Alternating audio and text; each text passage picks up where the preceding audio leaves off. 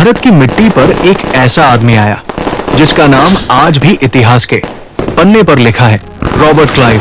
एक ऐसा व्यक्ति जिसे कुछ लोग ब्रिटिश हीरो कहते हैं और कुछ लोग इंडिया का रूलर, यानी एक लूटर जिसके एक फैसले ने भारत का भविष्य हमेशा के लिए चेंज किया था। सोचो ज़रा, एक छोटी सी व्यापारी कंपनी जो केवल मसलों और कपड़ों का व्यापार करती थी, कैसे कुछ ही सालों में पूरे भारत पर राज करने लगी। इस सब के पीछे था रॉबर्ट क्लाइव। इस वीडियो में हम जानेंगे कैसे एक आम आदमी ने ईस्ट इंडिया कंपनी जैसी छोटी व्यापारी संस्था को दुनिया के सबसे बड़े साम्राज्य में चेंज किया और कैसे उसके फैसलों ने भारत के 200 साल के इतिहास को लिख दिया एक नए और अंधेरे दौर के रूप में। रॉबर्ट क्लाइव का जन्म 1725 में इंग्लैंड के श्रॉपशायर में हुआ था। उसके पिता रिचर्ड क्लाइव एक लॉयर थी और मां का नाम रेबेक्का क्लाइव था। परिवार की आर्थिक स्थिति मध्यम थी, ना बहुत अमीर ना बहुत गरीब। क्लाइव 13 भाई बहनों में सबसे बड़ा था। बचपन से ही वो शरारती, लड़ाकू और बागी स्वभाव का था। स्कूल में उसका नाम हमेशा मारपीट और शैतानी के लिए लिया जाता था। उसके टीचर्स कहते थे, ये लड़का या तो कुछ बड़ा करेगा या बर्बाद हो जाएगा, लेकिन किस्मत ने उसके लिए कुछ और ही लिखा था। 1744 में क्लाइव के पिता रिचर्ड क्लाइव ने उसे एक नौकरी दिलाई ईस्ट इंडिया कंपनी में एक क्लर्क के रूप में। यह कंपनी 31 दिसंबर 1600 को स्थापित हुई थी और तब तक भारत में अपना व्यापार बढ़ा रही थी। क्लाइव ने समुद्र के रास्ते से भारत के लिए यात्रा की और जून 1744 में क्लाइव चेन्नई के पास पहुंच गया। वहां उसने बुककीपर यानी हिसाब किताब रखने वाले कर्मचारी के रूप में काम शुरू किया। शुरुआत में ये नौकरी उसके लिए बहुत बोरिंग थी, लेकिन उसके अंदर सीखने की भूख थी। अपने खाली समय में वो गवर्नर की लाइब्रेरी में किताबें पढ़ता रहता था। यहीं से उसका दिमाग व्यापार से आगे बढ़कर राजनीति, रणनीति और साम्राज्य के विचारों की तरफ आकर्षित होने लगा। उसके अंदर कुछ अलग कर दिखाने की चिंगारी जल चुकी थी और ये चिंगारी आगे चलकर भारत के इतिहास को हमेशा के लिए चेंज किया था। 1707 में सम्राट औरंगजेब की मृत्यु के बाद आने वाला 40 सालों में मुगल शक्ति धीरे धीरे कमजोर हो गई थी। सम्राट के सूबेदार यानी प्रांतीय शासक अपने अपने राज्यों में स्वतंत्र हो गए थे। कोरोमंडल टाट पर दो बड़े शासक थे, हैदराबाद के निजाम आसफ जहां और कर्नाटक के नवाब अनवरुद्दीन मुहम्मद खान। नवाब नामात्रा में निजाम के अधीन थे, लेकिन वास्तव में वे अपने फैसले खुद करते थे। इसी क्षेत्र में दो बड़ा यूरोपियन ट्रेडिंग पोस्ट भी थे, ब्रिटिश का फोर्ट स्ट्रीट मद्रास और फ्रेंच का पौंडीचेरी। दोनों नवाब के क्षेत्र में स्थित थे। यूरोप में चल रहे युद्ध और संधियों का प्रभाव सीधा भारत के इन व्यापार सेंटर पर पड़ रहा था। 17 और 18 सदी में फ्रेंच, डच, पोर्चुगीज और ब्रिटिश सभी अपने व्यापार और प्रभाव बढ़ाने के लिए लड़ रहे थे। व्यापार के साथ साथ अब सैनिक शक्ति भी जरूरी होती जा रही थी, ताकि अपने हितों की रक्षा के साथ साथ स्थानीय राजनीति पर भी नियंत्रण बनाया जा सके। इसी दौरान क्लाइव ने अपनी जॉब छोड़कर ईस्ट इंडिया कंपनी के सैनिक दल में शामिल होने का फैसला किया। यह उसके जीवन का सबसे बड़ा मोड़ था। एक समय था जब वो सिर्फ कागज और हिसाब संभालता था, अब वो बंदूक और रणनीति संभालने वाला आदमी बन गया था। कंपनी के अधिकारी उसकी हिम्मत और सोच से प्रभावित होने लगे। क्लाइव ने लड़ाई के दौरान अपनी तीखी रणनीति और साहस से सबको चौंका दिया। उसने प्रूव किया कि वो सिर्फ एक लिखने वाला क्लर्क नहीं, बल्कि एक इंटेलिजेंट नेता है। 1746 में जब फ्रेंच फोर्सेस ने मद्रास पर हमला किया, तो क्लाइव ने दिखाया अपना असली जुनून। फ्रेंच ने मद्रास पर कब्जा कर लिया था और क्लाइव वहां से भागकर फोर्ट स्ट्रीट पहुंच गया।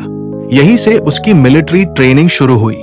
उसने लड़ाई रणनीति और नेतृत्व का ज्ञान हासिल किया और कुछ ही सालों में वो एक यंग ऑफिसर बन गया जो दुश्मन के सामने ब्रेव और अपने साथियों के लिए प्रेरणा का स्रोत था। 1751 का साल था। साउथ इंडिया में ब्रिटिश और फ्रेंच के बीच संघर्ष अपने शिखर पर था। फ्रेंच नवाब चंदा साहिब के साथ मिलकर ब्रिटिश के दोस्त नवाब मोहम्मद अली के खिलाफ लड़ रहे थे। इसी दौरान रॉबर्ट क्लाइव ने एक बहुत हाई बोल्ड फैसला लिया। सिर्फ 200 इंग्लिश और 300 इंडियन सिपाहियों के साथ वो अर्कोट के मजबूत किला पर हमला करेगा, जहां नवाब के लगभग 10,000 सिपाही मौजूद थे। सबको लगा क्लाइव पागल हो गया है, लेकिन उसके अंदर एक विश्वास था। जीत हमेशा संख्या से नहीं, हिम्मत से होती है। 1751 का साल था। साउथ इंडिया में ब्रिटिश और फ्रेंच के बीच संघर्ष अपने शिखर पर था। फ्रेंच नवाब चंदा साहिब के साथ मिलकर ब्रिटिश के दोस्त नवाब मोहम्मद अली के खिलाफ लड़ रहे थे। इसी दौरान रॉबर्ट क्लाइव ने एक बहुत हाई बोल्ड फैसला लिया। सिर्फ 200 इंग्लिश और 300 इंडियन सिपाहियों के साथ वो अर्कोट के मजबूत किला पर हमला करेगा, जहां नवाब के लगभग 10,000 सिपाही मौजूद थे। सबको लगा क्लाइव पागल हो गया है, लेकिन उसके अंदर एक विश्वास था। जीत हमेशा संख्या से नहीं, हिम्मत से होती है। क्लाइव ने छोटी सी सेना के साथ किला पर कब्जा कर लिया, लेकिन थोड़ी ही देर में फ्रेंच और नवाब के सेना ने अर्कोट को घेर लिया और कुछ दिन तक क्लाइव और उसके सिपाही किला के अंदर से ही लड़ते रहे। बारिश, भूख और गोली बारूद की कमी के बावजूद क्लाइव ने हार नहीं मानी। उसने अपने सिपाहियों से कहा, जो अपनी धरती के लिए लड़ता है वो कभी हार नहीं सकते। लेकिन अब परिस्थिति और कठिन होती जा रही थी। क्लाइव को अपना गैरिसन कम करके सिर्फ 300 सिपाही रखने पड़े। बाकी सेना को उसने मद्रास भेज दिया, क्योंकि संभव था कि दुश्मन वहां भी हमला कर सकता था। रजा साहिब अपनी फौज के साथ अर्कोट पहुंच गया और 23 सितंबर को उसने पूरा शहर कब्जे में ले लिया। उसी रात क्लाइव ने हमला किया, फ्रेंच आर्टिलरी पर कब्जा करने के लिए। यह हमला लगभग सफल हो गया था, लेकिन शत्रु के स्नाइपर फायर ने क्लाइव के छोटे दल को भारी नुकसान पहुंचाया। क्लाइव पर कई बार गोली चलाई गई। एक समय तो एक सिपाही ने उसे खींचकर नीचे गिरा दिया और तुरंत ही वो सिपाही गोली लगने से मर गया। इस घटना में क्लाइव के 15 सिपाही मारे गए और 15 जख्मी हुए। ये एक बड़ा झटका था। अगले एक महीने तक दुश्मन ने किला का घेरा और मजबूत कर दिया। हर रोज स्नाइपर अटैक और बीमारी ने सेना को कमजोर कर दिया। अब क्लाइव के पास सिर्फ 200 सिपाही बचे थे। तब उससे खबर मिली कि 6000 मराठा सिपाही उसकी मदद के लिए आ रहे हैं, पर वो तब तक नहीं चलेंगे जब तक उन्हें पैसा न मिल जाए। ये सुनकर रजा साहिब ने क्लाइव को आत्मसमर्पण का संदेश भेजा, पर क्लाइव ने उसे तुरंत इनकार कर दिया। उसने कहा, अपने इन आवारा सैनिकों को हमारे किला पर भेजने से पहले 2 बार सोच लेना। 14 नवंबर को रजा साहिब ने फिर से आक्रमण शुरू किया। क्लाइव और उसके सिपाहियों ने शक्ति और साहस के साथ दुश्मन का सामना किया। उन्होंने किला के बाहर किलिंग फील्ड्स बना दी थी, जहां पहुंचते ही शत्रु की हजारों सेना ध्वस्त हो गई। कई 100 सिपाही मारे गए, लेकिन क्लाइव के सेना में सिर्फ 4 ब्रिटिश और 2 इंडियन सिपाही शहीद हुए। इस जीत ने क्लाइव को अमर कर दिया। एक छोटे गैरिसन के साथ ऐसी जीत, ये किसी मिरेकल से कम नहीं थी। इतिहासकार थॉमस बेबिंगटन मकॉले ने लिखा, अर्कोट के उस किला के अंदर क्लाइव ने सिर्फ एक वॉर नहीं जीती, बल्कि ब्रिटिश आत्मा का प्रदर्शन किया, जो संख्या नहीं, साहस और संघर्ष से जीतना जानती है। अर्कोट की विजय ने रॉबर्ट क्लाइव का जीवन चेंज कर दिया। वो अब सिर्फ एक छोटा ऑफिसर नहीं रहा, बल्कि ईस्ट इंडिया कंपनी के लिए एक स्ट्रैटेजिक जीनियस बन गया था। कंपनी ने क्लाइव को प्रमोशन दिया और मद्रास काउंसिल में उसका नाम शामिल किया। क्लाइव ने अपने अगले कुछ सालों में साउथ इंडिया में ब्रिटिश प्रभाव को मजबूत किया और फ्रेंच और उनके साथियों को पीछे धकेल दिया। इस जीत के बाद क्लाइव ने दिखाया कि सिर्फ बड़ी सेना नहीं, हिम्मत, रणनीति और डिसिप्लिन भी जीत दिला सकते हैं। उसकी लीडरशिप ने ब्रिटिश सरकार को भी प्रभावित कर दिया और लंदन में उसे एक हीरो ऑफ द एम्पायर के रूप में देखा जाने लगा। लेकिन ये तो सिर्फ शुरुआत थी। आगे बंगाल में क्लाइव का सामना होने वाला था, एक ऐसे दौर से जो उसका नाम हमेशा के लिए इतिहास में लिख देगा। प्लासी की लड़ाई, that means battle of Plassey. 1755 के आसपास क्लाइव दोबारा भारत लौट आया। इस बार उसका मिशन था बंगाल में ईस्ट इंडिया कंपनी के हितों को सुरक्षित करना। उस समय बंगाल का नवाब था सिराजुद्दौला, जो नौजवान, जज्बाती और अपने स्वभाव में कठिन था। कंपनी ने बंगाल में अपनी मर्जी से फोर्टिफिकेशंस बनाना शुरू किया था और सिराज को लगा कि अंग्रेज उसके अधिकार को चुनौती दे रहे हैं। 1756 में सिराज ने कलकत्ता पर हमला किया और ब्रिटिश फोर्ट विलियम पर कब्जा कर लिया। कई अंग्रेज को बंदी बना लिए गए और ये घटना इतिहास में ब्लैक होल ऑफ कलकत्ता के नाम से मशहूर हुई।